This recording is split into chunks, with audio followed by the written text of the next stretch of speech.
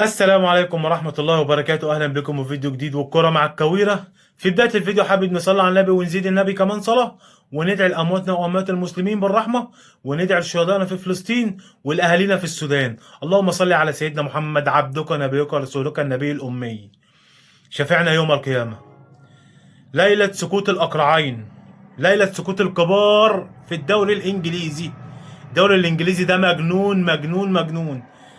أرني سلوت يعني 500 مليون جنيه استرليني في انتقالات. ليه يا عم؟ عشان ايه؟ اه يا كلوب ارني سلوت النهارده بيخسر في الانفيلد على ملعبه في وسط جماهيره 3-0 من مين؟ من نوتنجهام سيتي. 3-0، 3 مع الرأفة، والإقالة قربت. شامم ريحة إقالة. مش موضوعنا، نركن الأقرع ده على جنب، نيجي بقى للأقرع الكبير. كبير كرة القدم بقى في المدربين بقى، الأقرع ده بقى أرني سلوت.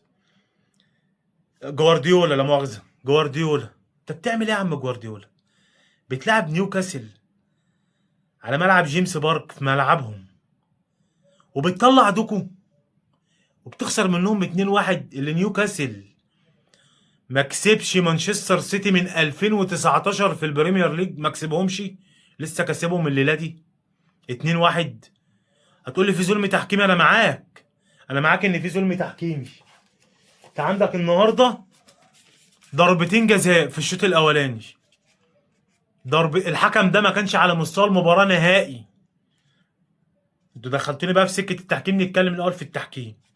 الحكم ده ما كانش على مستوى المباراة نهائي نهائي نهائي. يعني لما يبقى فودن داخل واللاعب داخل كاتم رجله كده زي بتاعة الأهلي والزمالك، بس فودن اللي شايط بقى، يعني المهاجم كمان الكرة بتاعته هو اللي شايط، واللاعب داخل كاتم رجله، ما تحسبش حاجة، نقول ماشي.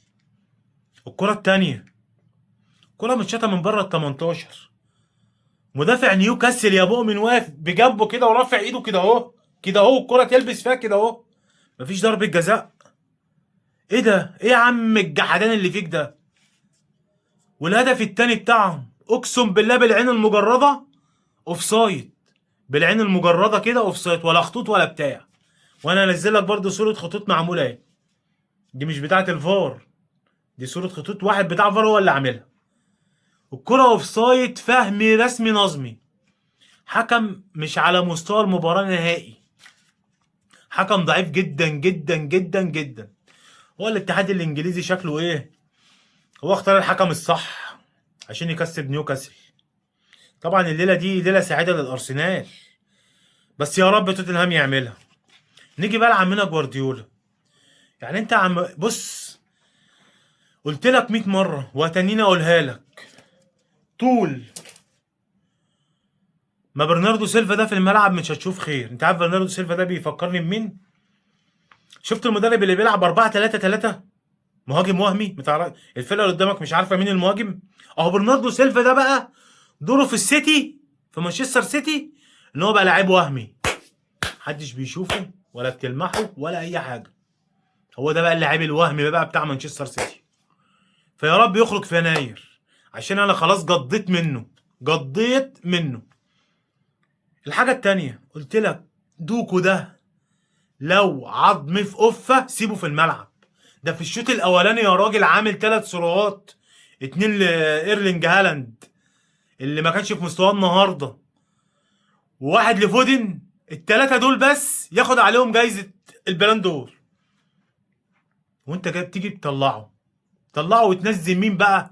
انا عايز ابلغ مكافحة المخدرات، تنزل سافينيو. يعني انت بتنزل سافينيو مكان دوكو، انا عقل وانا منطق يا عم الاقرع، يا عم الفلسفة، يا ابن الفلسفة تخليك تعمل كده، غير لما يكون الشيطان لعب لك في دماغك.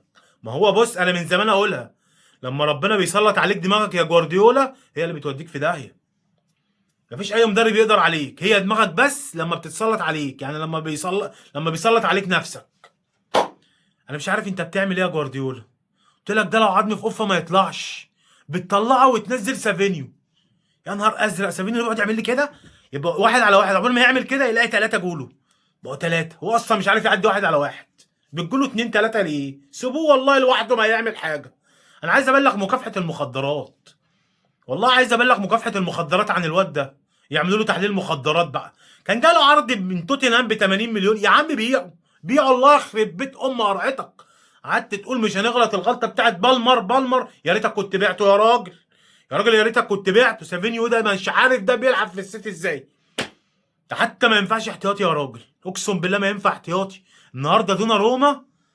اقسم بالله وحش. لولا كنا شلنا 3 4 النهارده مستريح. هو اللاعب الاستثنائي فعلا في المباراه النهارده. يا عم جوارديولا عشان خاطر النبي محمد بلاش برناردو سيلفا وبلاش تطلع دوكو من الملعب.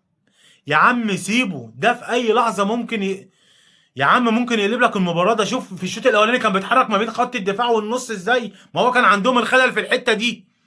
لو تلاحظ كده كان نيوكاسل عنده خلل ومساحات ما بين خط الظهر ومنتصف الملعب. كان دوكو بيستغل الحته دي. وسرعات شغاله نار. هو اللي كان بيسقط في نص الملعب مع انه بيلعب جناح شمال. وكان بيسقط في نص الملعب.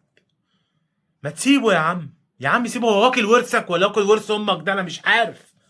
في ايه يا عم جوارديولا؟ اللعيب العادي اللي عندك بتطلعه. والنهارده خط الدفاع كان فيه كوارث وشوارع. شوارع وكوارث النهارده.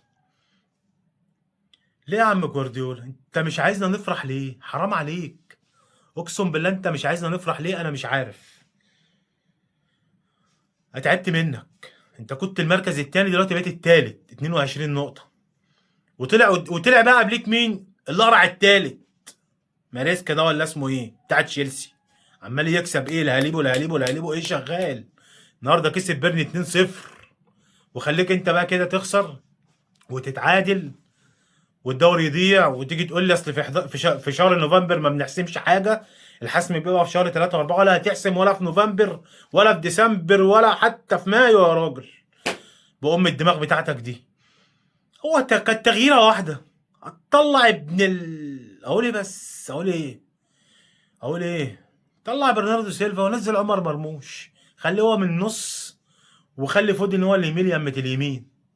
لكن انت قعدت تفلط وتنزل لي بوب على سافينيو اللي بيقعد يعمل لي كده. ده انا مش عارف انت عملت ايه يا جوارديولا. والله العظيم 3 مش عارف. يا اخي انت تعبتني اقسم بالله يا اخي تعبتني. ليله كانت سعيده على الارسنال. يعني بص. وفي في في في في حاجه كده بقى انا خدت بالي منها. ايرلينج هالاند المباراه لما بيسجلش فيها مانشستر سيتي بيخسر فيها. يعني عندك 3 مباريات ما سجلش فيهم الموسم ده. توتنهام وخسرنا 2-0. استون فيلا وخسرنا 1-0. وامس قدام مين؟ نيوكاسل وخسرنا 2-1. هالاند يسجل السيتي يكسب. هالاند ما يسجلش السيتي مش هيكسب. ديت من المفارقات الغريبة. يعني حتى دوكو تقييمه في المباراة 7.5 8. سافينيو 6. انا مش عارف مديله 6 ازاي ده. لا 6.1 دي انا مش عارف مديله ازاي. انهى اعمى وضبش اداله 6.1 يمكن مثلا عشان لبس التيشيرت والشورت ونزل خد ال6 ولا ايه؟ ايه ده يا جدعان؟ الواحد بيتفرج على عهات. بس التحكيم كان له دور. بس مش مانشستر سيتي ولا الفرق الكبيرة اللي تبص للتحكيم. بص على غلطاتك الاول. بص على فرقتك الاول. النهارده كان خط الظهر كوارث. طبعا عمنا برناردو سيلفا ده بص عامل زي اللاعب المخفي. اللاعب الوهمي اللي اللي مالوش فيه. يمشي بقى خلاص يا عم. مش هياخد وقت غيره. ما هي لو بالدوم ما كانتش جات له. خلاص بقى. خلاص تعبنا تعبنا يا عم جوارديولا. ابوس دماغك يا رب. توتنهام بقى يعملها النهارده بقى. توتنهام يكسب بقى النهارده كده ويبقى الفرق تاني زي ما هو 4 بونت عشان انا تعبت.